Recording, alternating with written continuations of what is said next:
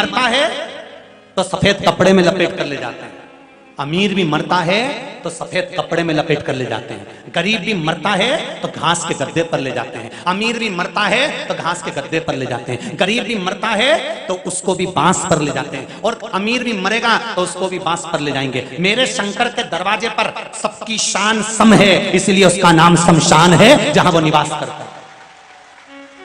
वहां अमीर भी बराबर है तो गरीब भी बराबर है। कोई एसी के कमरे में या डनलप के गद्दे पर नहीं जाता। अच्छा करोड़पति भी मरता है तो भी बांस पर जाता है, घास पर जाता है, सफेद कपड़े में लपेट कर जाता है। कितने भी वीआईपी कपड़े पहन ले, चाहे कितनी भी कंपनी की शर्ट पहन ले, मरेगा तब कफन कौन सी कंपनी का होगा ना तुम्हें मालूम ना हमको मालूम कि कौन सी कंपनी का कफन लाएंगे। वहां तो दौड़ के चले जाएंगे और जाके कह देंगे साहब मर गया हमारा काका जी, निपटी गया, लाओ जरा सामान बांध दो। और बिल्कुल सामान बांधने वाले को भी मालूम है कि कितना कितना लगेगा, नपती भी मालूम है उसको बताने की। जब दर्जी के जाऊं तो बताना पड़ती है, कमर इतनी, पजामा इतना, शर्ट इतनी, पर वहां मरने के बाद तो कफन वाले को भी नहीं बताना पड़ता कि नपती कितनी, वो तो काट के दे देगा, ले जाओ लपेट दो, मुझे मालूम है कितना लंबा चौड़ा है, बस यहीं से पैदा हुआ और यहीं पर मर गया, इतनी लंबाई और इतनी चौड़ाई, इससे ज्यादा कोई लंबाई चौड़ाई नहीं।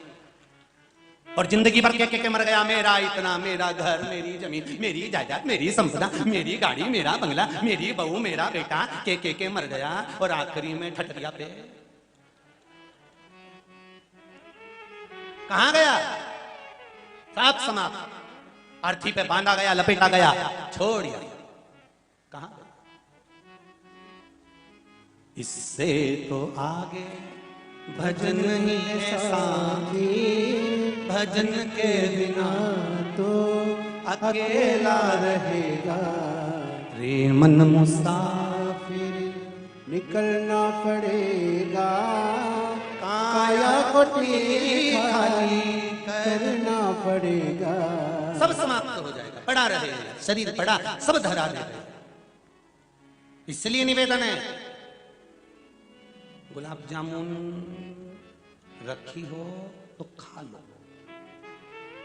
पेड़े रखे हो तो खा लो, मिक्सचर रखा हो तो निपटा लो, खिचड़ी बनी हो वो भी खा लो, गुस्सा करके नहीं, प्रेम से खाओ, अच्छे से खाओ, दिल से खाओ, क्योंकि कल का ठिकाना नहीं, मर गए तो फ्रिज पे धरी की धरी रह गई तो। इसलिए प्रतिदिन रोज ऐसे जियो जैसे जिंदगी का बड़ा अलमस्त दिन है, इसके बराबर कोई दिन नहीं हो सकता। अलमस्त होकर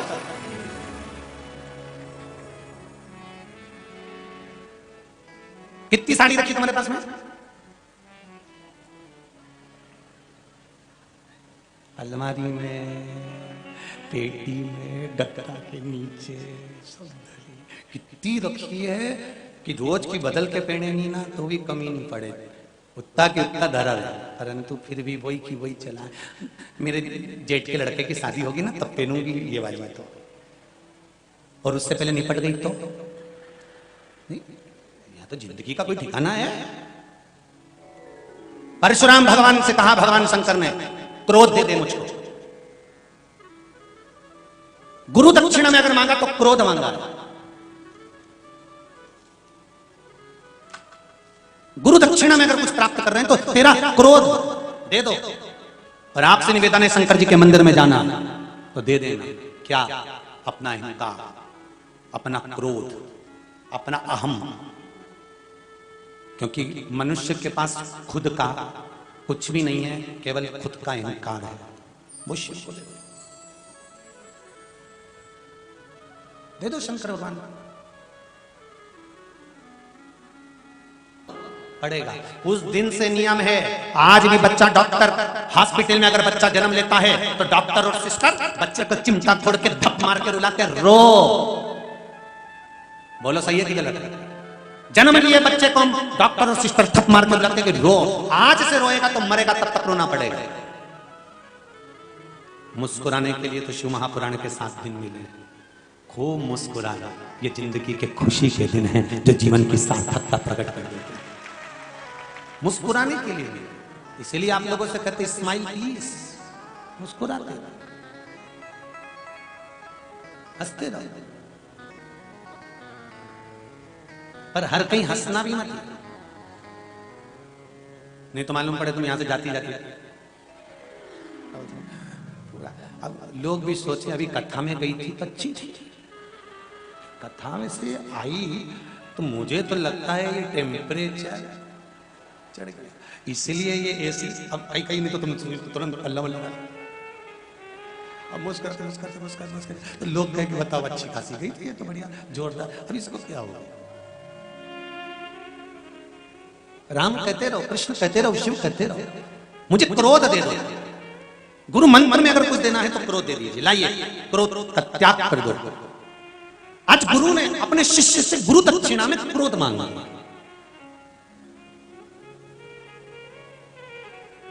देव देगा क्रोध। परशुराम भगवान विष्णु का छठा होता, शंकर भगवान से कहते हैं जो आज्ञा गुरु की, आज से मैं क्रोध का त्याग करता हूं।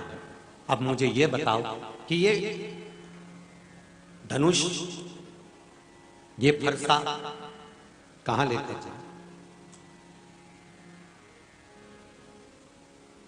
क्या करूं मैं इस तरह का। शंकर भगवान ने कहा एक काम करो, तुम भी मेरे पुत्र समान हो, दो पुत्र और हैं मृत्युलोक में, एक लंका का राजा रावण और दूसरा जनकपुरी में निवास करने वाले श्री जनक जी। जाओ, तुम्हें जो अच्छा लगे, तुम्हारा धनुष आप उनको दे दो, पर अब तुम्हें क्रोध नहीं करना, अब तुम्हें तप करना, साधना करना।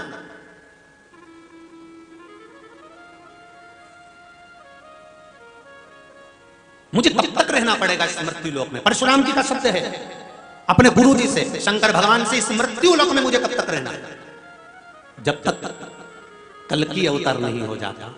आप अपना फरसा, धनुष तो आप दे दोगे, इन दो में से किसी एक को फरसा, कल्कि अवतार जब होगा तब तुम्हें देना है। उस समय पर स्वयं शंकर कर रहे हैं कि मैंने जो आपको ज्ञान दिया है परशुराम भगवान, ये ज्ञान आपको कल्कि अवतार को देना है। जो ज्ञान आपको मिलता है, आप अगर दूसरे को प्रदान करते हो तो इससे बढ़कर कोई सुख नहीं। कोई बीमार पड़ा है, आपने फोन कर, जैसे वो पत्र में आया कि बहन ने फोन कर बोला भाभी पशुपति व्रत करो। अगर कोई बीमार पड़ा है, किसी को कोई कष्ट है, किसी को कोई बीमारी है, किसी को कोई रोग है, किसी को कोई तकलीफ आ गई, तो आप कह सकते हो मैंने कथा में सुना है। कथा निकालो वाली और उस कथा को सुनो। इसलिए प्रत्येक कथा का नाम लेकर बांटते हैं कि ये त्रिपुंडशु महापुराण की कथा है। आप अगर मोबाइल पर निकालेंगे तो आपको आ जाएगी कि त्रिपुंडशु महापुराण कथा में छठे दिन, पांचवें दिन ये बात कही थी, चौथे दिन ये बात कही थी, तीसरे दिन ये बात कही थी, आप निकाल सकते हैं।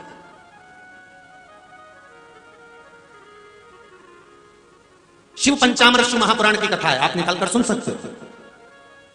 अगली हरि का द्वार शिव महापुराण कथा है, आप सुन सकते हो। तो आप उसमें से कुछ प्राप्त कर दूसरे को दे सकते हो कि भैया मैंने ये, और दे रहे हैं लोग। मैं सब जितने यहाँ पर नवयुवक बच्चे बैठे हैं, नवयुवक बेटे बेटियां बैठे हैं, इनको धन्यवाद देना चाहूंगा कि आप लोग शिव महापुराण की छोटी छोटी क्लिप काटकर, अच्छी अच्छी बातों को निकालकर संपूर्ण जनमानस में इंस्टाग्राम के माध्यम से, व्हाट्सएप के माध्यम से, फेसबुक के माध्यम से, यूट्यूब के माध्यम से आप दे रहे हो, बांट रहे हो। अच्छी चीज दे रहे हो ना, कोई बेकार तो नहीं दे रहे, और अच्छा दोगे तो अच्छा प्राप्त होगा।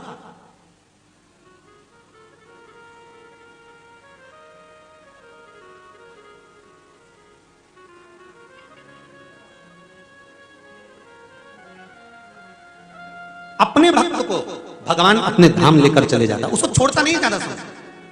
उसका उपासक है, उसकी भक्ति में डूबने वाला है, गलत काम नहीं करता, वो हमेशा श्रेष्ठ करता, तो उसको सड़ाता नहीं है मृत्यु लोक में, तड़पाएगा नहीं मृत्यु लोक में, तुरंत लेकर।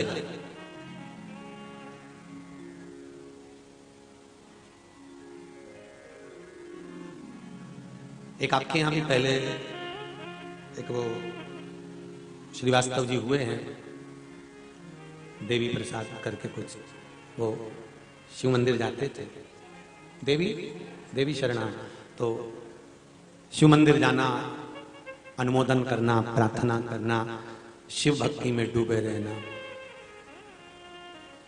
मैं कहता हूं इनके परिवार वालों को इनके जाने का दुख नहीं होना चाहिए।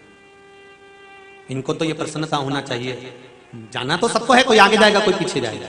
प्रसन्नता इस बात की होना चाहिए कि जो शंकर की आराधना करते करते चले जाता है उसका फिर संसार में जन्म नहीं होता, वो शिव का हो जाता है, शिव के पास जाता है। फिर उसको भटकना नहीं है। इसके लिए एक पत्र देखिए,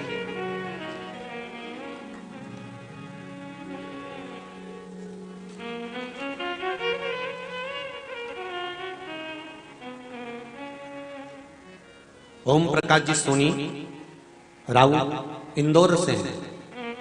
कहीं बैठे हो तो हाथ उठाइएगा, खड़े हो जाइएगा।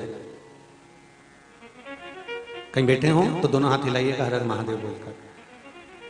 श्री ओम प्रकाश जी सोनी राउ इंदौर। आपने लिखा है, गुरुदेव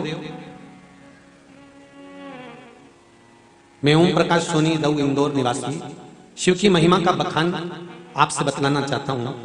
नवंबर महीने में 2021 में मेरे पिताजी गांव से आए रऊ और मुझसे पूछने लगे यहाँ पर आसपास में शिव जी का कोई मंदिर है? तो मैंने कहा है। तो कहने लगे रोज मंदिर दीपक लगाया करो। तो मैं मंदिर जाना शुरू किया तो मैंने देखा कि वहां पर शाम को मंदिर में लाइट नहीं थी, लाइट नहीं जलाते थे, अंधेरा था। पड़ोस के घर से लाइट की डोरी आई थी। मैंने पूछा लाइट क्यों नहीं जलाते हो आप? तो कहने लगे जिन्होंने मंदिर बनवाया उनकी कोरोना में मृत्यु हो गई, देहांत हो गया। पति पत्नी का दोनों का ही देहांत हो गया। हम भी नाराज हैं भगवान से, भगवान ने ये अच्छा नहीं किया यहां पर, इसलिए हम लाइट नहीं जलाते। तब मैंने कहा ये अच्छी बात नहीं है, लाइट तो जलाना चाहिए। उन्होंने मेरे कहने पर जिन लोगों को मंदिर बनाया था उनके बच्चों को कहकर लाइट चालू करवाई। गुरुदेव जिन्होंने मंदिर बनवाया था वो पूरा परिवार माता पिता के जाने के बाद कर्जे में लदालूम हो गए थे। इतना कर्जा हो गया था कि जिस मकान में रह रहे थे वो मकान भी गिरवे रखा हुआ था, वो भी जा रहा था। सरकार में लोन था, सब खत्म होने वाला था। गुरुदेव मैं मंदिर में दिया जलाने का, रोशनी करने का क्या फल होता है वो बता रहा हूं। मैंने उनसे कहकर, पड़ोसी के लोगों से कहकर लाइट चालू करवाई और फल क्या हुआ कि 90 दिन उनके पास सरकार का नोटिस आ गया कि आपका कर्जा माफ होता है और आपका मकान छोड़ा जाता है। देखिए ये पत्र हो जाएगा, तुरंत कह दीजिए कल्याण हो जाएगा। पर वो कल्याण कब होगा जो होना है, कहीं में से नहीं हो सकता। चिल्ला रहा धर्म की जय हो। वो कहते हम सुधरेंगे। अब तुम थोड़ी ना बोलने वाले हो, बहुत चतुर हो तुम रायसेन के। हम सुधरेंगे, युग सुधरेगा, हम बदलेंगे, युग बदलेगा। कब बदलेगा उसका इंतजार करो, बस यही करना रह गया है कि इंतजार नहीं। थोड़ा बदलाव हमको लाना पड़ेगा, आगे हमको आना पड़ेगा, भजन हमको करना पड़ेगा, सतमार्ग पर आने वाली पीढ़ी को हमको चलाना पड़ेगा, तब सुधरेगा। चिल्लाने से नहीं होगा। परशुराम जी आपको दोनों में से जो अच्छा लगे उसको पिनाक दे दो, उसको धनुष दे दो, क्योंकि क्रोध तब तुमने छोड़ दिया, क्रोध का तो तुमने त्याग कर दिया। ले जाओ इस धनुष को। परशुराम भगवान धनुष लेकर चले। सबसे पहले लंकाधिपति रावण के यहाँ गया और रावण के पास पहुंचे तो रावण एक ऋषि को पूछा इसने क्या गलत कर दिया जो तुम इसको मृत्यु दंड दे रहे? रावण कहता है ये यज्ञ करा रहा था, उस यज्ञ में सबकी आहुति दे रहा था, मेरे नाम की आहुति नहीं थी। मैं भी तो विश्रवा का पुत्र हूं, मेरा भी तो पिता इतना ऋषि था, तो उसके बेटे के नाम की आहुति होना चाहिए। परशुराम भगवान ने कहा पैदा भले तुम ब्राह्मण की कोख से हो गए, पर कर्म तुम्हारा ब्राह्मण का नहीं हो पाया, तो तुम्हारी आहुति देगा कौन?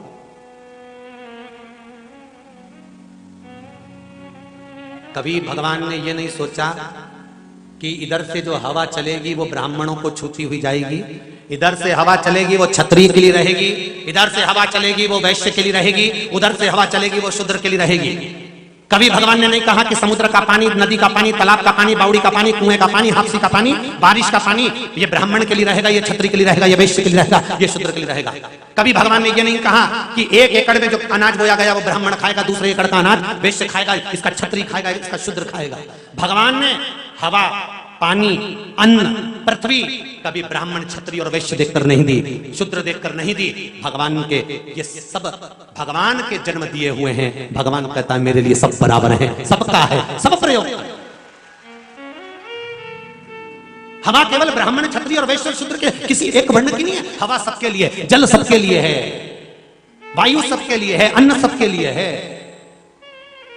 सूर्य की किरणें ब्राह्मण पर या क्षत्रिय पर या वैश्य पर या शूद्र पर ज्यादा नहीं पड़ेगी कि शूद्र पर ज्यादा पड़ेगी, कि वैश्य पर ज्यादा पड़ेगी, कि ब्राह्मण पर ज्यादा पड़ेगी, कि क्षत्रिय पर ज्यादा पड़ेगी। सूर्य की किरणें बराबर का किरण फैलाती है, जिसको लेना हो ले, जिसको आना हो आओ, जिसको प्रकाश, वो बराबर का प्रकाश दे रही है। ये तो विभाजन हमने कर दिया, राष्ट्र को हमने तोड़ दिया कि ये बड़ा है, वो छोटा है, वो कमजोर है, वो भारी है। नहीं तो मृत्यु लोक में पैदा होने वाला ब्राह्मण, क्षत्रिय और वैश्य और शूद्र ये सब बाद में हुए हैं। भारत की भूमि पर जन्म लेने वाला सबसे पहले सनातनी हुआ है, उसके सिवाय कुछ नहीं हुआ। सबसे पहले सनातनी पैदा हुआ। ये वर्ण का विभाजन हमने कर दिया। भगवान नहीं करता कभी भी कि जल मेरा है, कि पानी मेरा है, कि वायु मेरी है, कि आकाश मेरा है, कि पताल मेरा। भगवान कहता सर्व सबके लिए, जिसको ग्रहण करना है उसके लिए। शिव महापुराण किसके लिए है? शंकर भगवान की कथा। कोई कहते ये करोड़पति कराएंगे, धनपति कराएंगे, वैभवपति कराएंगे। कौन करा रहा है शिव कथा? कौन करा? सब इकट्ठे हो गए। किसी ने कुछ लगाया होगा, किसी ने कुछ लगाया होगा, किसी ने कुछ लगाया होगा। किसी एक व्यक्ति की नहीं, कथा शिव की है, शंकर ने करा ली है। शिव को कराना थी। मुझे तो लगता है ये कथा अमरनाथ सेवा समिति भी नहीं करा रही। मुझे तो ये लगता है ये कथा वो बैठा है ना ऊपर, वो सोमेश्वर, उसने करवाई ये कथा, वो करवा रहा है और वो बाँच रहा है और वही सुन रहा है, कोई दूसरा नहीं करवा सकता। कराई उसी।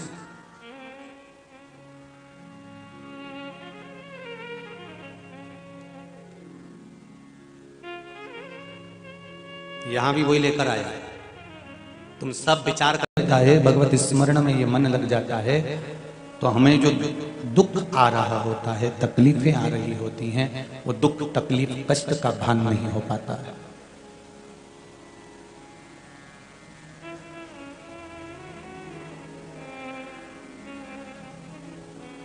बड़ा कीमती, बहुत करोड़ों का कीमतवान ये मानव का शरीर मिला है।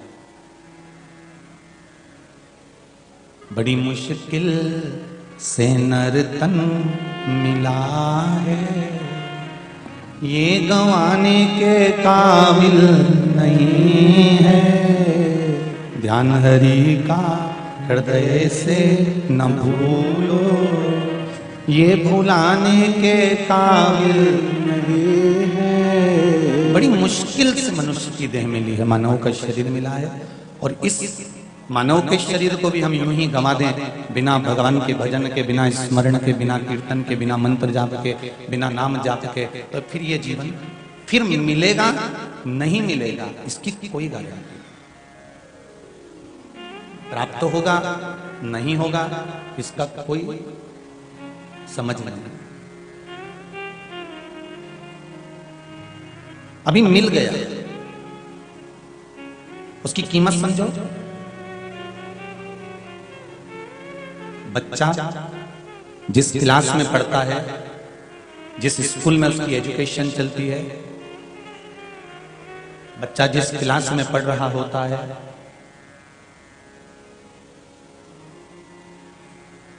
उस क्लास की अगर वो कीमत समझ ले, जो टीचर उसको पढ़ा रहा होता है, जो क्लास में वो पढ़ रहा होता है, उसको वो समझ ले, तो वो बालक का जीवन आने वाला जो समय है उसके लिए श्रेष्ठ हो सकता है। पर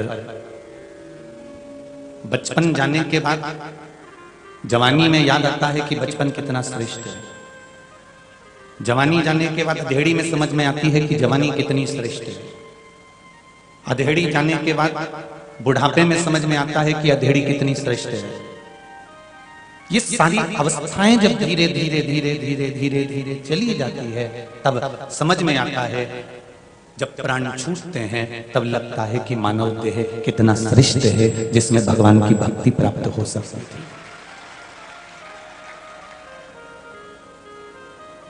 ये मानव देह कितना श्रेष्ठ है। चींटी, झिंगूर, माथे में पड़ने वाला जुआ, काकरोच, खटमल, ये सब मनुष्य भोग कर आ चुका है। तो आप और हम पहले खटमल भी बन चुके हैं, जुआ भी बन चुके हैं, चिंगादड़ भी बन चुके हैं। अब ये बताओ कि जब माथे के जू बने थे तब तुमने राम नाम गाया था क्या? और चिंगादड़ बने तब गाया क्या अपन लोगों ने? नहीं। कबर बिज्जू बने तब गाया? नहीं। छिपकली बने तब भी नहीं गा सकते। अगर राम नाम और कृष्ण नाम, भगवान शंकर का नाम, भगवान की भक्ति का अगर स्मरण करा है तो केवल यह मनुष्य के शरीर में करा है, इसके सिवाय किसी शरीर में नहीं करा। किसी शरीर में एक भजन और एक मुस्कुराना, एक भजन और एक मुस्कुराना, ये भगवान ने केवल मनुष्य को दिया, केवल मनुष्य को।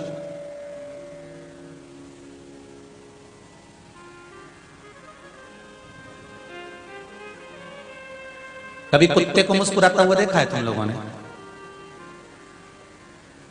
काकरोच को? कभी मच्छर को मुस्कुराते देखा है? नहीं। एक मुस्कुराने का गुण और एक भजन का गुण, ये दो केवल मनुष्य को दिए हैं, मानव शरीर को दिए हैं। क्यों?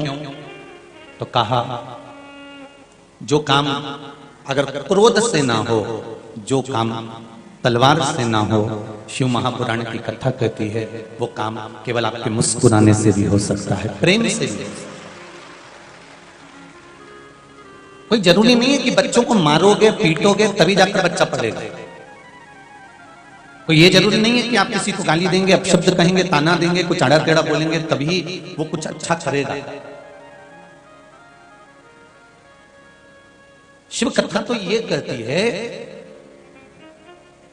कि उसको प्रेम से जितना समझा सकते हो, उसको स्नेह से जितना समझा सकते हो, उस प्रेम और स्नेह के बल पर जो वो आगे बढ़ता है, प्रेम और स्नेह के बल पर जो अग्रण्य होता है, तो दुनिया के लोगों को भी प्रेम और स्नेह ही लुटाता रहता है।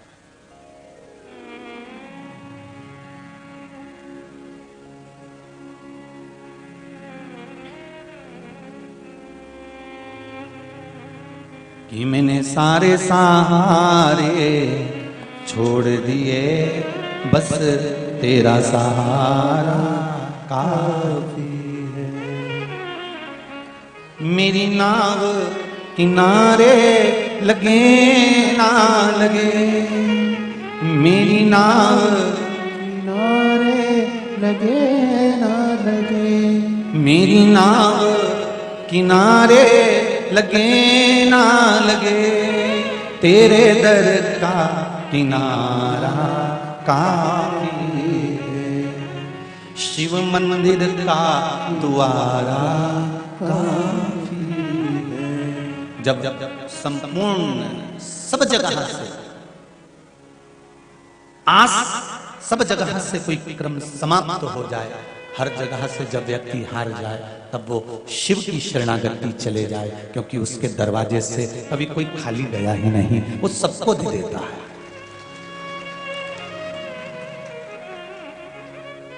सब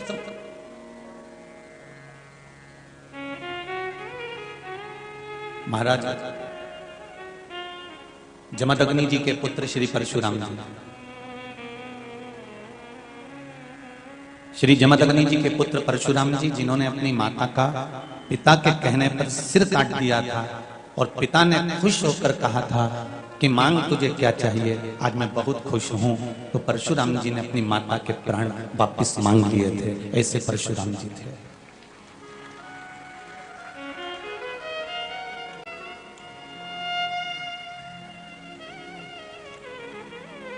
भगवान विष्णु का छठा अवतार है श्री परशुराम अवतार। 24 अवतार में से छठा अवतार परशुराम अवतार है। और उस परशुराम अवतार में भगवान शंकर ने परशुराम जी को पिनाक दिया था। भगवान शंकर ने युद्ध का जो कौशल, युद्ध का जो एक आनंद, युद्ध का जो ज्ञान था, वो परशुराम जी को भगवान शंकर ने दिया था। अब जरा विचार करिएगा जब शिव महापुराण की पावन चरित्र पर कि परशुराम अवतार भगवान नारायण का छठा अवतार है। अर्थात भगवान विष्णु, भगवान नारायण युद्ध का अगर कौशल सीखने आ रहा है,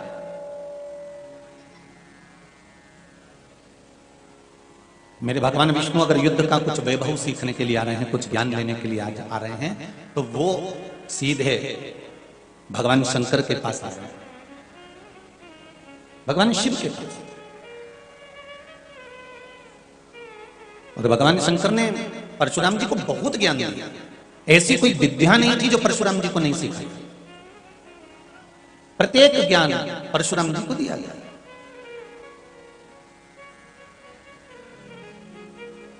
जितने यहां पर बच्चे बैठे हुए हैं जो पढ़ाई कर रहे हैं, विद्या अध्ययन कर रहे हैं, जो स्कूल जाते हो, कॉलेज जाते हो, जो बेटियां स्कूल और कॉलेज पढ़ रही हो, जो बेटे पढ़ रहे हो, जो नवयुवक बच्चे स्कूल में जाकर विद्या अध्ययन कर रहे हो, पढ़ाई कर रहे हो,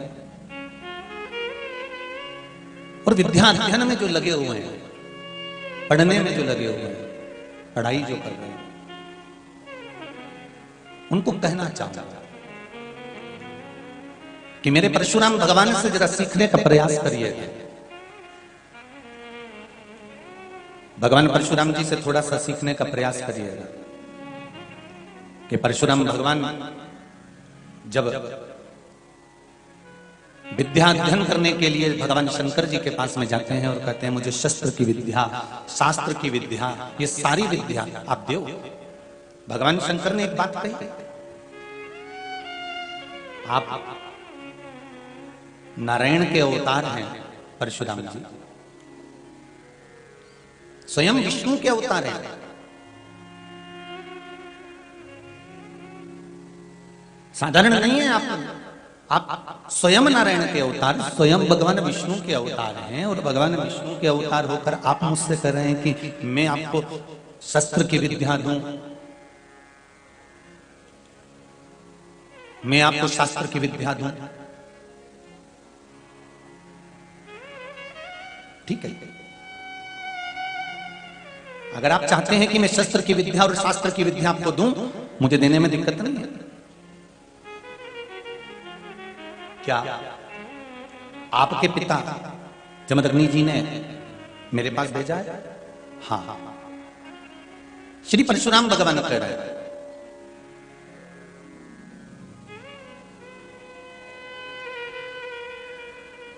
कि जमदग्नि जी ने, मेरे पिताजी ने आपके पास में भेजा है।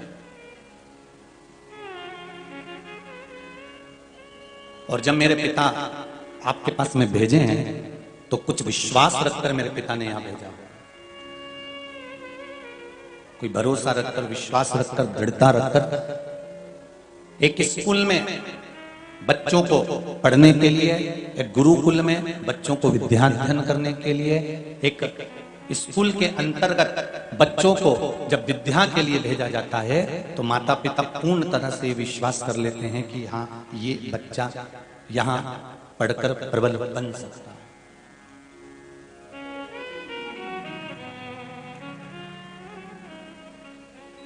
ये बच्चा यहां पढ़कर प्रबल बन सकता है। उसको ये ज्ञात हो जाता है।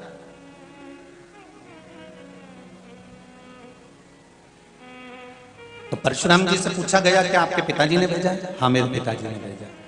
ठीक है, भगवान परशुराम जी को भगवान शंकर ने सारी विद्या सिखा दी और सब शस्त्र चलाना सिखा दिए। परशुराम जी ने सहस्त्र बाहु को भी समाप्त कर दिया, सब कुछ हो गया। अब परशुराम भगवान वापिस भगवान शंकर के पास है।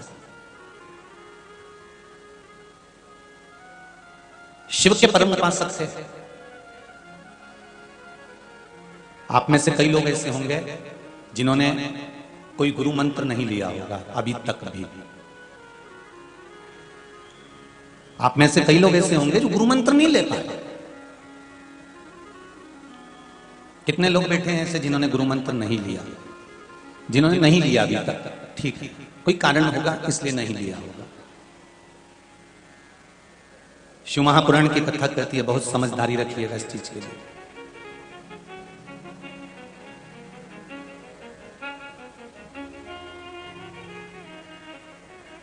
जिसका कोई गुरु नहीं होता, संसार सागर में आने के बाद लोग सोचते हैं कि हम किसको गुरु बनाएं। आज का जमाना बड़ा विचित्र है, किसको गुरु मंत्र लें, किससे कहें। जब कोई गुरु नहीं मिलता तो जैसे परशुराम भगवान ने, भगवान नारायण छठा अवतार परशुराम है, परशुराम भगवान ने जैसे शंकर को गुरु मान लिया था, आप भी शिव को गुरु मान सकते हैं।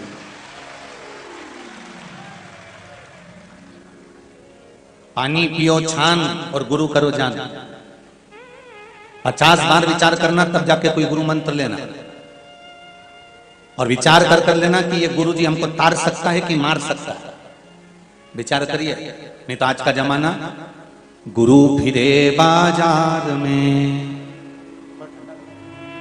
गुरु फिरे बाजार में, हमसे दीक्षा ले, नरक पड़ो चाहे स्वर्ग जाओ, पर लिफाफा हम ही को दे। नहीं तो आज के जमाने में तो गुरु ऐसे मिलेंगे जो कहेंगे तुम नरक जा रहे हो, स्वर्ग जा रहे हो, तुम कहां जा रहे हो, उससे गुरु को कोई फर्क नहीं पड़ता।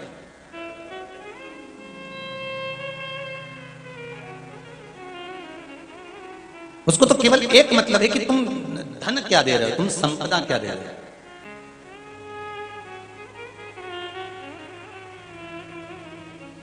बहुत ध्यान देना एक कथा में।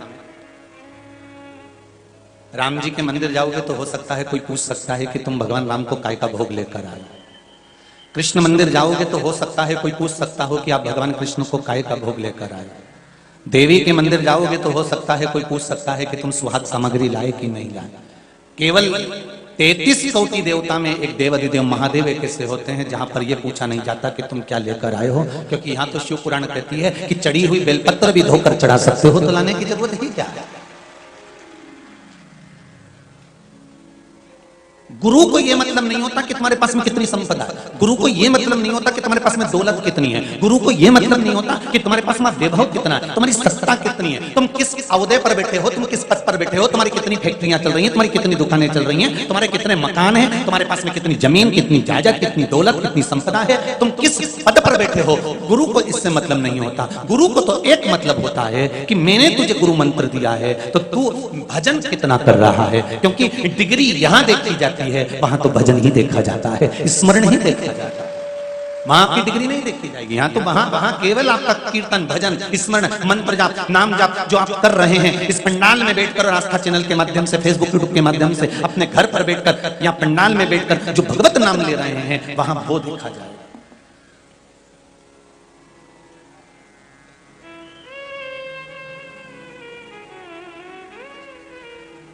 महाराज परशुराम भगवान ने खूब प्रेम से, आनंद से, खूब भक्ति में सब कुछ सीखा, सारा राजसी ठाट, सहस्त्रबाहु के प्राण भी ले लिए, कई बार छत्री विहीन भी करा दिया। अब परशुराम भगवान शंकर जी के पास आए और शंकर जी के पास आकर कहते हैं अब ये बता दीजिए कि गुरु दक्षिणा में मैं आपको क्या दूं। मूल कथा यहां है। जितने लोग बैठे हैं भाई बंधु वो भी बताओ कि भगवान को हम क्या दें कि भगवान खुश हो जाए। दौलत दे दें, अच्छे कपड़े दे दें, भगवान को 56 भोग दे दें, क्या करेंगे भगवान?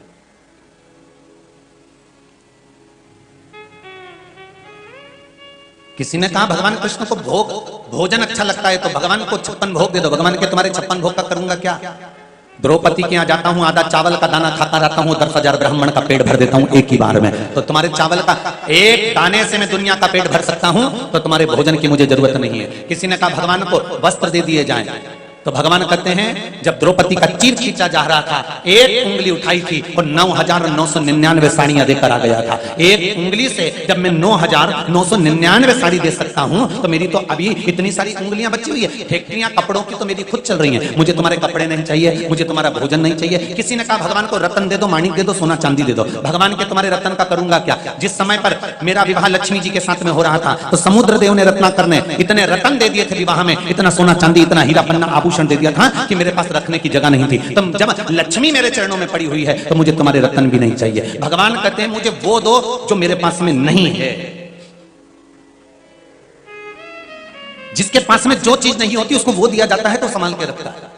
तुम्हारे पास में लाल कलर की साड़ी नहीं होगी, कोई लाल देगा, तुम संभाल के रखोगे। तुम्हारे पास में पीली साड़ी नहीं होगी, पीली देगा, तुम तुरंत उसकी फाल पीको सब बनवा के तैयार कर लोगे, चोली वोली सिलवा लोगे, सब पूरी तैयारी कर रख लोगे। जैसे जिस कलर का वस्त्र तुम्हारे पास में नहीं है, वो अगर किसी ने दिया तो तुमने संभाल के रखा, और वस्त्र देने वाले ने दिया और तुम्हारे पास में वो वस्त्र पहले से था, लाल कलर पहले से था, पीला कलर पहले से था, तो तुमने देखा अच्छी है तो बहू को दे दी, और अच्छी है बेटी को दे दी। अगर वो साड़ी थोड़ी भी गड़बड़ है तो तुमने भगवत जी पे चढ़ा दी, क्योंकि जो चीज काम की नहीं होती वो भगवान को चढ़ाई जाती है। जो सिक्का कहीं नहीं चढ़े, जो नोट फट गया, गल गया, सड़ गया, जो कहीं नहीं चलेगा, वो आरती में चढ़ेगा।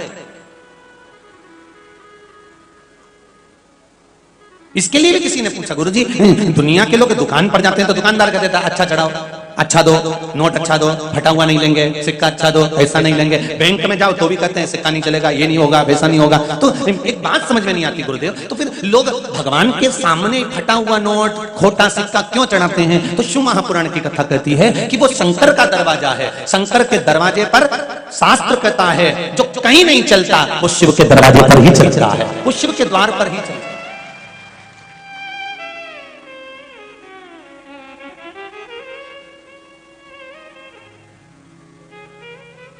सारे खोटे ही चलते हैं।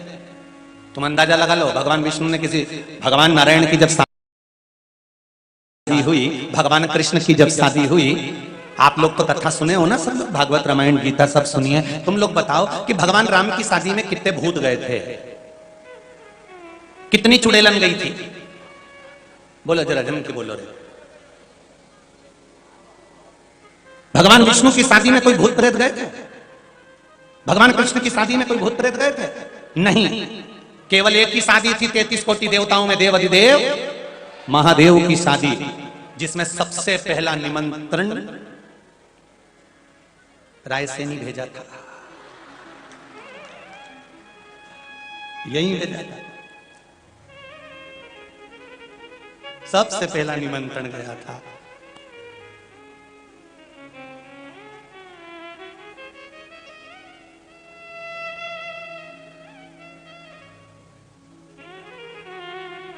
जैसे शादी पक्की होती है तो सबसे पहले पार्लर बुक होता है ना, उसी तरह शंकर जी की शादी में भी सबसे पहले पार्लर बुक हुआ था, और वो पार्लर कोई दूसरा नहीं था, संसार।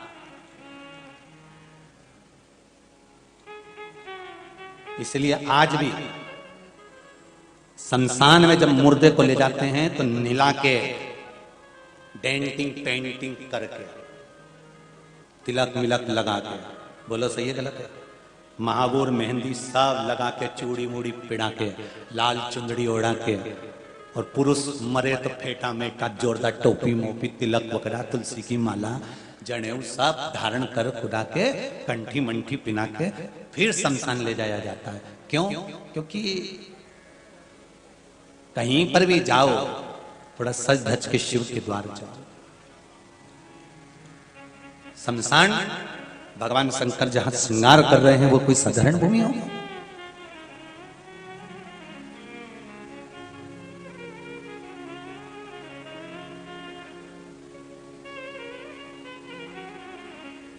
आप में से कितने लोग हैं जो शादी के बाद ससुराल से पहली बार मायके गए हों और मायके नहीं गए हों उसकी जगह तुमने कह दिया हो कि मुझे मायके नहीं जाना, मेरी शादी हो गई, मैं ससुराल में रहूंगी और ससुराल में रहूंगी, इसके सिवाय मैं कहीं नहीं जाऊंगी, मैं मायके भी नहीं जाऊंगी। कोई है ऐसा जिसने किया हो कि मायके नहीं जाऊंगी? जाओ, मायके पहुंचो।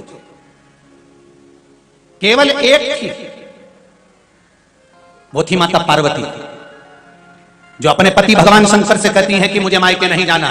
मेरी विदाई जब हुई थी तो मेरी विदाई में मेरी मां ने एक शब्द कहा था कि जहां तेरी डोली जा रही है उसी जगह से तेरी अर्थी जा। मेरी मां ने विदा के समय पर कहा था,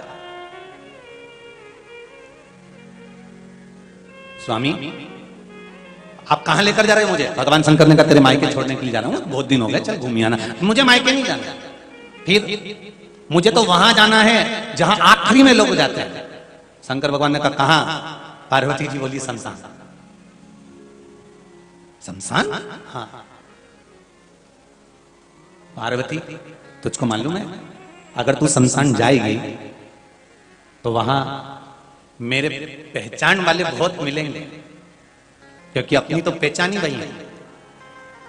और मैं जैसे ही जाऊंगा ना और डमरू बजाया, डमरू बजाते से ही सारे शमशान के इकट्ठे होकर कहते हैं हम आपकी शादी में गए थे, हमको पेट भर के भोजन नहीं मिला था तो पार्टी दो। ऐसे बहुत सारे दोस्त हैं जो नवयुवक लड़के लोगों का जब विवाह होता है ना, शादी होती है, तो शादी होने के बाद जब ये दोस्तों इकट्ठे होते हैं ना, तो दोस्तों को पकड़ के कहते हैं भाई देख सीधी बात है, हम तेरी बारात में गए, खूब नाचे, खूब एंजॉय करा, खूब नोट की गड्डी उड़ाई ने, डीजे भी बजवाया ने, डिस्को भी करा, पर एक बात है क्या हुआ ये बता? भोजन में मजा नहीं आया, हमको खाना नहीं मिला। हम आखिरी में गए ना 10-11 बज गई थी और 11 बजे तो गुलाब जामुन की केवल चाशनी बची थी और कई गुलाब जामुन थी उसमें 4-6 और गुलाब जामुन के ऊपर का गुलाब गायब था, गुलगुल बचा था। तो अरे भाई, अरे दोस्त से कहा पार्टी तो लगती है, तुझे पार्टी तो देना पड़ेगा, चाहे कुछ भी हो जाए तुझे पार्टी देना पड़ेगी तेरी शादी की। तो भगवान शंकर कहते हैं पार्वती से जैसे ही मैं शमशान में जाता हूं और डमरू बजाता हूं, वैसे ही मेरे जितने पहचान वाले हैं ना सब आके कहने लगते हैं भोलेनाथ जी आपकी शादी में गए थे, हमको पार्टी दो, पार्टी दो। तो अब क्या करें? तो पार्वती जी ने कहा पहले मुझे शमशान को लेकर चलो, फिर सोचा जाएगा। सत्ययुग में, त्रेता युग में, द्वापर युग में एक ही शमशान था।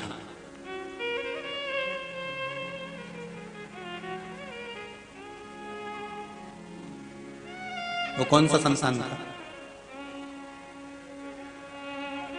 जम के बोलते जाओ।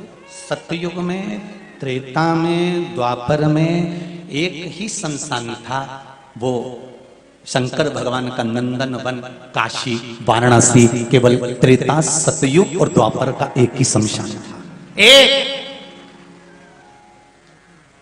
स्कंद पुराण उठाकर देखिए, देवी भागवत उठाकर देखिए, पद्म पुराण उठाकर देखिए, गर्ग संहिता उठाकर देखिए, ब्रह्मदत्ता पुराण उठाकर देखिए। आप जितनी पुराणों को उठाकर देखेंगे और अगर आपके हाथ में काशी खंड लग जाए तो आप उसको जब पढ़ने के लिए बैठेंगे तो आपको प्राप्त होगा कि त्रेता में, द्वापर में, सतयुग में एक ही शमशान है।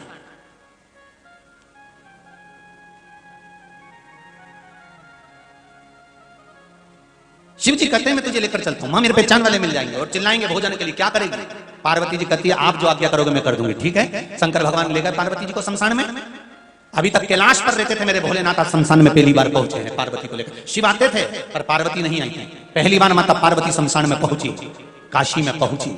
और जो पार्वती जी ने शमशान की रौनकता देखी, इसलिए पूरी दुनिया में जिंदा आदमी होली खेलता है, काशी में तो मुर्दे होली खेलते हैं।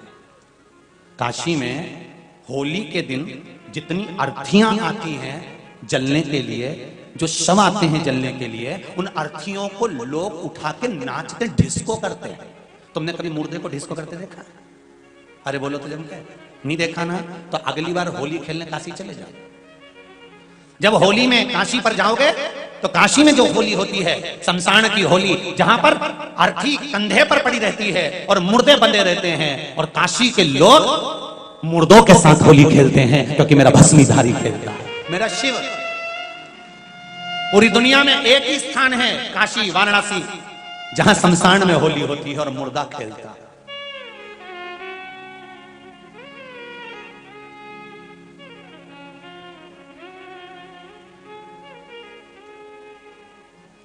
हमारे यहाँ तो मौत को भी उत्सव कर दिया साहब। हमारे यहाँ मृत्यु को भी उत्सव मनाया जाता है कि अगर मर गया ना, रोने की जरूरत नहीं है, मर गया ना भजन की जरूरत है। पर हम उल्टे हैं।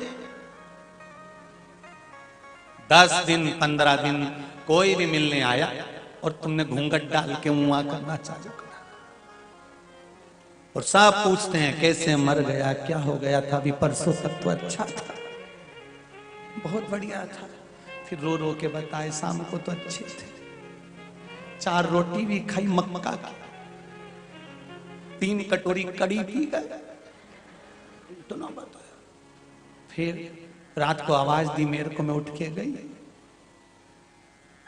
बाथरूम तक गए, वहीं पे प्राण छूटी गए, और ऐसी रो रो के बताए, जो 2-4 आई थी वो भी थोड़ी सी आंसू ढलका ले, कई करे भगवान, कई करे।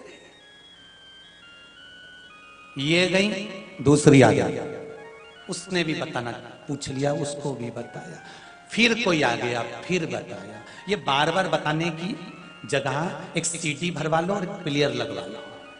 जैसे ही कोई पूछे बटन दबा दी और प्लेयर चालू हो गया कि 3 मक्का की रोटी खाई थी, 3 कटोरी कड़ी पी थी, ऐसे निपट गए बस।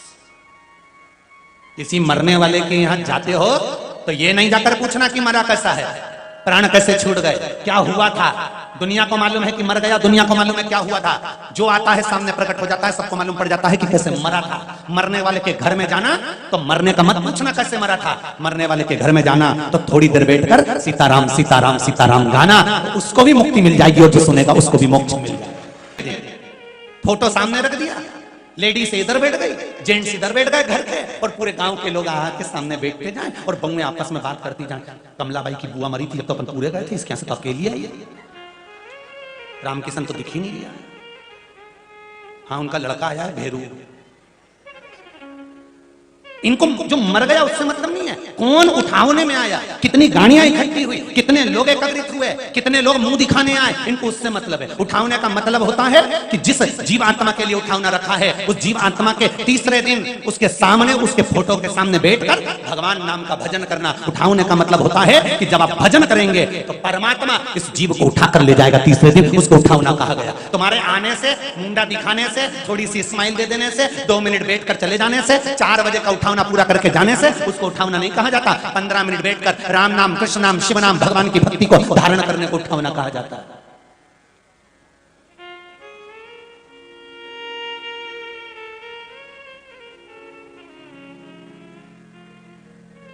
पार्वती जी पहुंची शमशान में, शंकर भगवान के सामने सारे गण आके कहते हैं हमें भूख लगी है। पार्वती जी ने शिव जी की ओर देखा, शंकर जी ने कहा पार्वती अब क्या करोगी। पार्वती जी कहती है मुझे एक रूप रखना है, आपके साथ में रूप रखना है। शंकर जी ने कहा कौन सा रूप। पार्वती जी कहती है आज मुझे अन्नपूर्णा बनना है, अन्नपूर्णा बनना है। पूरी दुनिया में शंकर जी के मंदिर में पार्वती बैठती है, केवल काशी विश्वनाथ के मंदिर में पार्वती जी की जगह अन्नपूर्णा बैठती है। पूरे विश्व में पार्वती जी शंकर जी के मंदिर में रहती है, पर केवल एक विश्वनाथ की नगरी, काशी विश्वनाथ की भूमि, जहां शंकर विश्वनाथ बैठे हैं, उस भूमि पर शंकर जी के साथ में मां पार्वती नहीं, शंकर जी के साथ माता अन्नपूर्णा बैठती है। पूरी दुनिया में पार्वती की मूर्ति रखाती है शंकर जी के साथ में, शिवलिंग के साथ माता पार्वती बैठती है, पर केवल विश्वनाथ की धरा पर काशी में शंकर जी के साथ में अन्नपूर्णा बैठती है। क्योंकि ये शमशान में बैठी हूं, कोई भूखा ना रहे। इस विश्वनाथ तुम्हारा नाम है, और विश्वनाथ किसी को अनाथ छोड़ दे ये हो नहीं सकता। अन्नपूर्णा साथ देती है शंकर भगवान का। शंकर जी ने कहा अन्नपूर्णा मृत्यु लोक में तुम अन्नपूर्णा बनकर पैदा होगी, तुम्हारा अन्नपूर्णा का अवतार होगा। मैं एक बात कहना चाहता हूं। अन्नपूर्णा जी ने कहा प्रभु बोलिए। शिव कहते हैं अन्नपूर्णा जिस दिन तुम्हारा नाम अन्नपूर्णा हो जाएगा इस पृथ्वी पर आते से ही, उसके बाद में पूरी पृथ्वी पर कहीं पर भी कोई रहे, चाहे जंगल में जाकर रहे, भोजन की व्यवस्था तुमको करना पड़ेगी। अन्नपूर्णा ने कहा चिंता मत करो, अगर कोई 7 ताले में भी बंद हो जाएगा तो भी भोजन की अन्नपूर्णा उसको 7 ताले के अंदर खिलाकर, 7 ताले में भी अगर कोई बंद हो गया तो अन्नपूर्णा उसको भोजन कराने जाती है। अन्नपूर्ण सदा पूर्ण शंकर प्राण वल्लभ है, कोई साधारण नहीं है शंकर के प्राणों में रहने वाली मां पार्वती।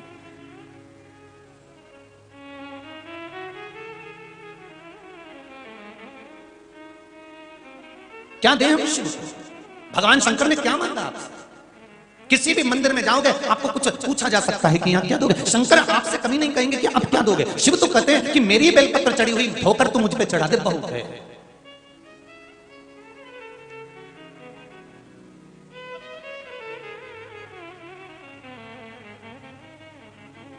मुझे ज्यादा कुछ भी नहीं चाहिए। परशुराम भगवान ने बार बार भगवान शंकर से कहा कि मैं आपको गुरु दक्षिणा क्या दूं, मैं आपको गुरु दक्षिणा में दूं क्या, क्या दूं मैं आपको गुरु दक्षिणा में? भगवान शंकर ने कहा मुझे दक्षिणा में कुछ भी नहीं चाहिए। नहीं नहीं, गुरु दक्षिणा तो लेना पड़ेगी, आप मेरे गुरु, आपने मुझे गुरु मंत्र दिया।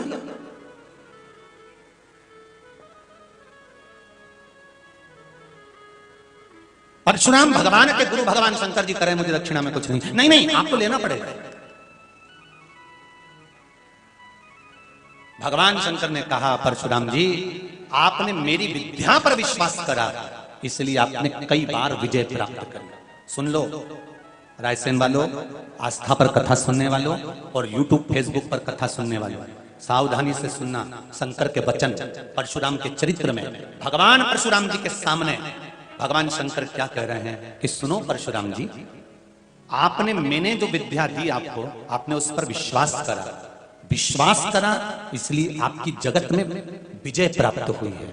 संसार में जन्म लेने वाला मनुष्य जब मेरे शब्द पर, मेरी पूजन पर, आराधना पर विश्वास करना चालू कर देगा तो उसकी हर जगह पर विजय प्राप्त होती रहेगी। ऐसी कोई जगह नहीं जहां विजय नहीं। एक पत्र आया है, पत्र बहुत सारे हैं, अभी यहां भी रखे हुए हैं।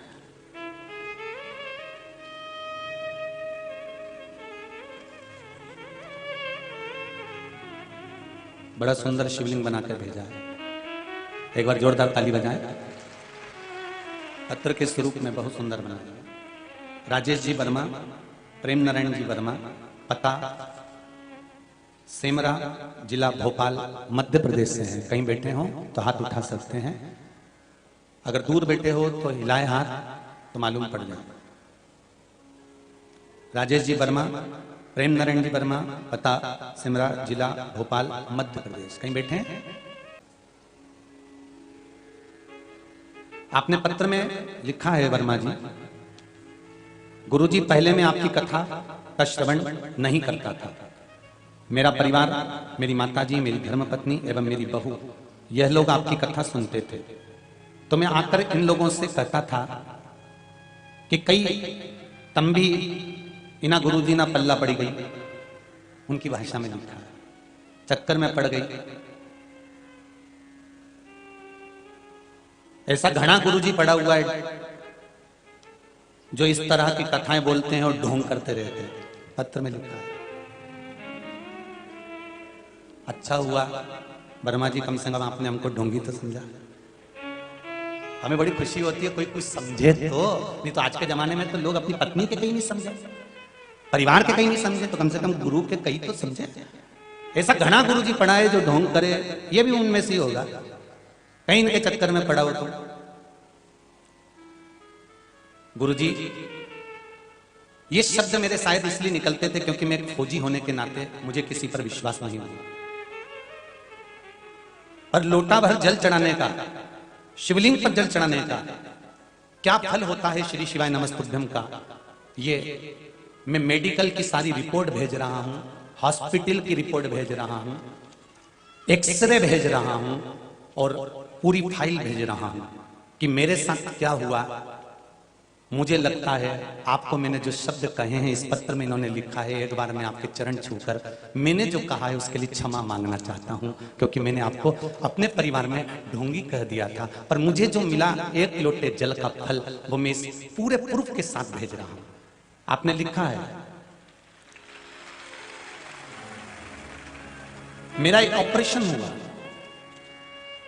वर्मा जी अगर आ सकते हो तो आ जाइए, मैं आपके मुंह से ही सुनना चाहूंगा। अगर आपको आने में दिक्कत ना हो तो आप पीछे से दौड़कर आ सकते हैं, बता सकते हैं अपनी दशा। मेरा एक ट्रांजैक्शन के ऑपरेशन हुआ, करवाया, गंभीर समस्या हो गई थी। तब उपाय में से एक उपाय, एक लोटा जल शिवलिंग पर एक लोटा जल पीपल के पेड़ पर, एक बेल के पेड़ पर और एक लोटा जल आंवले के पेड़ पर चढ़ाना शुरू किया। एक हफ्ता हुआ और मुझ पर भोले बाबा की ऐसी कृपा हुई, अब मैं रोग मुक्त हो गया हूं। सब कुछ मुझे, एक बात इन्होंने यहां लिखी है, ऑपरेशन कराने के बाद भी मैं ठीक नहीं हो पाया, दूसरे ऑपरेशन की तैयारी हो गई थी। एक लोटा जल जहां जहां आपने उपाय में बताया वहां वहां चढ़ाना चालू करा। अब रोग मुक्त हूं, सब कुछ मुझे पचने भी लगा है, समर्थवान हो गया हूं, दवाइयां खूब खाई। अब बेलपत्र खाकर अपने पूरे शरीर को मैंने ठीक कर लिया है। मेरी सारी दवाई बंद हो गई है, सारी दवाई बंद हो गई, अब कोई दवाई नहीं बची।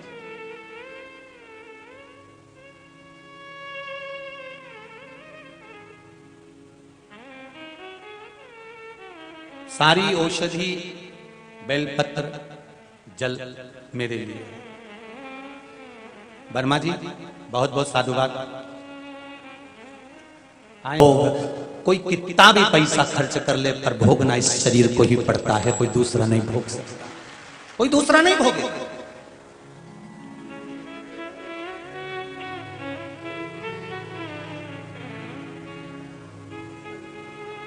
कोई दूसरा भोगेगा नहीं, भोगना हम। इसलिए इस हृदय को, चित्त को मेरे देवाधिदेव महादेव को देते हुए, देखी है जब से ये तस्वीर तेरी, तब से बदल गई है। अब ये लाइन तो आपको बोलना चाहिए। बहुत प्रयास किया और थक गए। थकने के बाद हमने कथा में आकर बैठ गए, पर कथा में मन ही नहीं लग रहा था। किसका लगेगा, मेरे खोई गयो बाजूबन।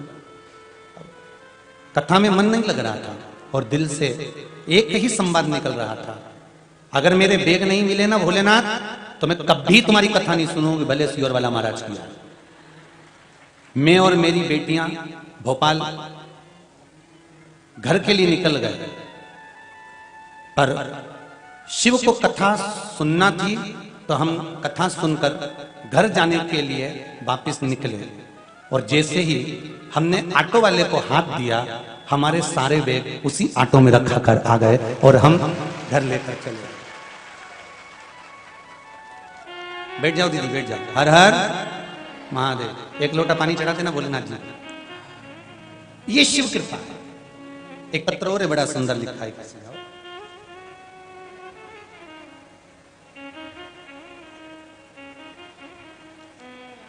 अशोक सोनी पत्रकार रायसेन से हैं। कहां बैठे हैं अशोक जी सोनी पत्रकार रायसेन? आप ही हैं?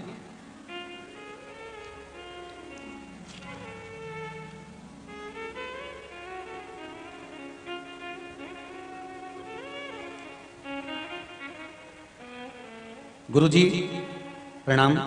28 जनवरी 2022 को हार्ट अटैक आ गया था, जिस कारण मुझे गंभीर अवस्था में भोपाल में रेफर कर दिया गया था। 70% डैमेज बताया गया था, ब्लॉकेज भी थे। डॉक्टरों ने बीमारी बड़ी बता दी थी। डॉक्टरों ने बेटे से बोल दिया था कि आप पैसों का इंतजाम कर लीजिए, इनका बाईपास और स्टेंट रिंग डालना पड़ेंगे, आप तैयारी करो। गुरुदेव, मेरी पत्नी घर पर थी, बड़ी दुखी हो गई। इसी बीच मेरी बहन का मोबाइल आया और उन्होंने कहा कि भाभी चिंता मत करो, आप भाई साहब के ऊपर से पशुपति व्रत बोल दो, भगवान शिव शंकर जी से प्रार्थना करो। मेरी पत्नी ने मेरी बहन से जवाब में कहा कि मैं व्रत तो करूंगी, पर तुम्हारे भाई साहब जब भोपाल से ठीक होकर यहाँ आ जाएंगे तभी व्रत चालू करूंगी। गुरुजी, यह बात के बाद मेरी पत्नी लगी और बाबा से प्रार्थना करी। चमत्कार क्या हुआ गुरुजी, जब मेरी एंजियोग्राफी हुई तो डॉक्टरों ने उसी समय पर कह दिया कि अब इनको ना स्टेंट डालने की जरूरत है, ना ऑपरेशन की, ना बाईपास की जरूरत है, घर ले जाओ वापस। ये शिव कृपा। और आज बाबा की कृपा से मैं कथा के पंडाल में बैठा हूँ, पूरी अपनी जितनी बन रही सेवा कर रहा हूँ। मैं भी एक पत्रकार हूँ। बहुत बहुत साधुवाद। रायसेन क्षेत्र के सारे पत्रकारों को नमन करता हूँ। पूरे रायसेन क्षेत्र के जितने मीडिया कर्मी हैं, पत्रकार हैं, न्यूज चैनल हैं, सोशल मीडिया है, पत्रकार बंधु हैं, इन सबको नमन करता हूं जिन्होंने इस व्यासपीठ की बात को पूरे भारत तक पहुंचाई है। उसके लिए धन्यवाद। साधुवाद। आप स्वस्थ रहें, बाबा ऐसी ही कृपा बना। शिव कृपा किसको कहते हैं? ये शंकर का भक्त ही जान सकता है। जिसने एक लोटा पानी चढ़ाना जान लिया, जो शंकर जी के मंदिर में जाना चालू कर दिया, जिसने एक लोटा पानी शिव को चढ़ाना चालू कर दिया, जिसने शंकर भगवान को एक चावल का दाना चढ़ाना चालू कर दिया, या शिव पर एक बेलपत्र चढ़ाना चालू कर दिया, एक फूल की मात्र पंखड़ी भी अगर आप शंकर को चढ़ा रहे हैं, शिव के मंदिर में जाकर प्रणाम कर रहे हैं, कुछ नहीं चढ़ा सकते, दंडवत कर रहे हैं, दंडवत भी नहीं कर सकते, उसके मंदिर के बाहर से निकलकर मुस्कुरा कर ही चले गए तो ही मेरा शिव कृपा कर देता है। इतना दयालु है मेरा शिव। शिखर दर्शनम सर्व पाप नाशनम। शिखर का मात्र दर्शन करने पर भी जीवों का कल्याण हो जाता है। इतना भोला मेरा शिव है। आप एक लोटा पानी चढ़ाना चालू तो करो, फिर वो क्या करता है ये उसी को मालूम है। तुम कृपा कैसी होती है तुम खुद जान सकते हो। दुनिया के लोग तो कहेंगे, अगर हम थोड़ा सा भी उपाय बताएंगे तो आप लोगों को कहेंगे कि बताओ शिवर वाला महाराज तो उपाय बताते रहता है। हम कुछ बोलेंगे तो लोग कहेंगे ये तो महाराज ही पगला है।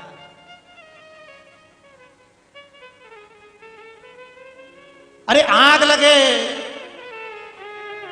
बोल अब तुम बोलो, बस्ती में अपन रहो मस्ती में। बोलने वाला बोलेगा, कहने वाला कहेगा, तुम क्यों बुरा मानो? वो पत्थर फेंके तुम फूल देते रहो, क्या दिक्कत है?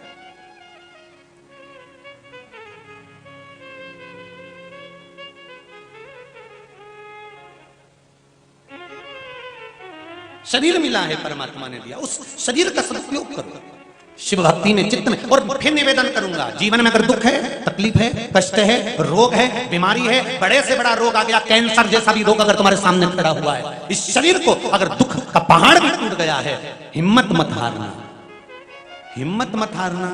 शंकर का मंदिर मत छोड़ना, उसका दरवाजा मत छोड़ना, और शिव महापुराण मत छोड़ना। पार हो जाओ, पार हो जाओगे।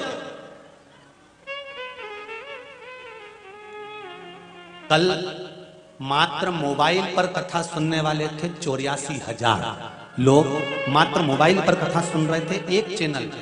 अब जरा विचार करिए कितने चैनल चल रहे हैं और कितने चैनल पर कितनी कथा लोग शिव महापुराण की सुन। ये शिव तत्व अगर आपने धारण करा है, शंकर की कथा को सुना है, शिव स्मरण करा है, भगवान की भक्ति को धारण करा, खाली नहीं जा सकता, खाली नहीं जाएगा। दिन भर मोबाइल आप चलाओ, दिन भर व्हाट्सएप चलाओ, दिन भर तुम्हें जो चलाना चलाओ, पर थोड़ी देर अगर शिव महापुराण की कथा सुन रहे हो तो ये विश्वास मानकर चलना कि शंकर ने आपको उस पुराण पर लाकर क्यों रोक दिया। शंकर क्या चाहते हैं शिव पुराण से, क्या चाहते हैं? आज ये इतने लोग धूप में खड़े हुए हैं, उधर धूप में खड़े हैं, पीछे धूप में खड़े हैं। आज कह रहे थे टेंट वाले भैया कि टेंट खत्म हो गया, हमारे पास लगा लगा कर बच्चा ही नहीं है, क्या लगाएं आप बताओ। अब विचार करो, टेंट वाले बोल रहे हैं कि टेंट खत्म हो गया, अब क्या लगाएं तुम बताओ। 3 जगह 4 जगह का टेंट लाके लगा दो, अब क्या लगाओ? धूप में खड़े, क्या मिल रहा है इनको, क्या प्राप्त हो रहा है इनको? और आप कितने खच्चे खच बैठे हो। इतने दबाव में तो तुम किसी के नहीं रहो जितने अभी रहे हो।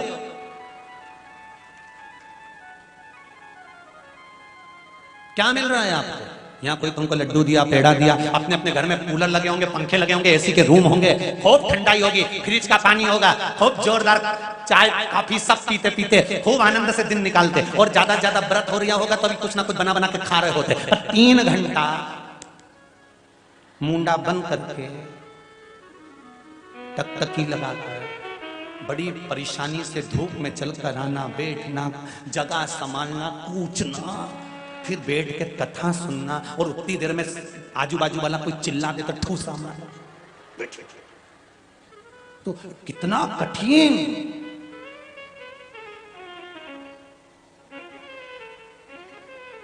आज मीडिया वाले पूछ रहे थे रायसेन में आपको कैसा लगा, काय को बताऊं।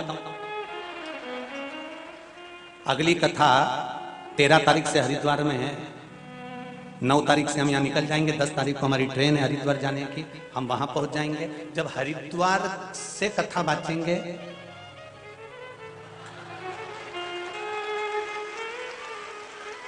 तुम टीवी के सामने तैयार होके बैठना, 1 बजे से 4 बजे तक कथा हरिद्वार भूपत वाला रोड शिवधाम से जब चलेगी फिर सुनाऊंगा शिव महापुराण की कथा।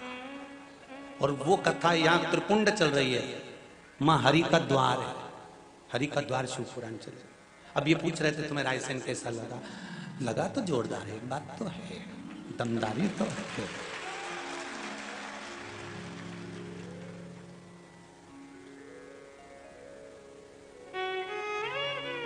बहुत शिव की कृपा है रायसेन वालों पर, भगवान शंकर की करुणा उदारता है। एक बात कहना चाहूंगा, यहां लोगों के पास में व्यापार भले ज्यादा नहीं हो पर दिल बहुत बड़ा रखते हैं, ये जरूर कहना चाहूंगा। हृदय है आप, चित्त वृत्ति मन आपका बड़ा प्रबल है।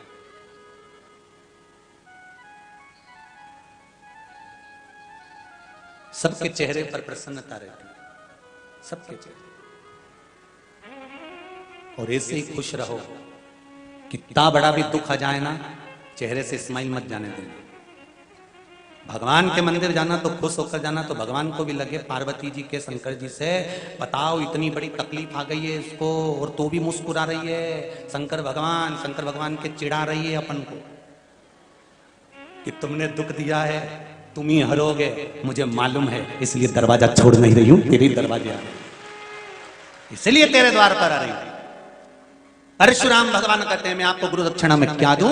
शंकर भगवान कहते हैं गुरु दक्षिणा में अगर कुछ देना चाहते हो तो जो अभी तक तुम क्रोध करते थे, अभी तक तुम जो गुस्सा करते थे, जरा जरा से क्रोध में तुम जाकर संहार कर देते थे, भगवान शंकर गुरु बनकर अपने चेले से कहते हैं आज अपने क्रोध का तुम त्याग कर दीजिए। बस इतना सा मांगा मेरे शंकर भगवान। एक गुरु, एक सतगुरु, एक संसार का जो संत होता है, साधु होता है, सन्यासी होता है, तपस्वी होता है, साधक होता है, एक व्यास वक्ता होता है, एक कथाकार होता है, वो आपसे धन और दौलत की कामना नहीं करता, वो कामना केवल एक करता है कि किसी भी तरह से ये राष्ट्र फिर संवर जाए और ये राष्ट्र फिर उन्नति की ओर बढ़ जाए। उसको धन और दौलत से मतलब नहीं।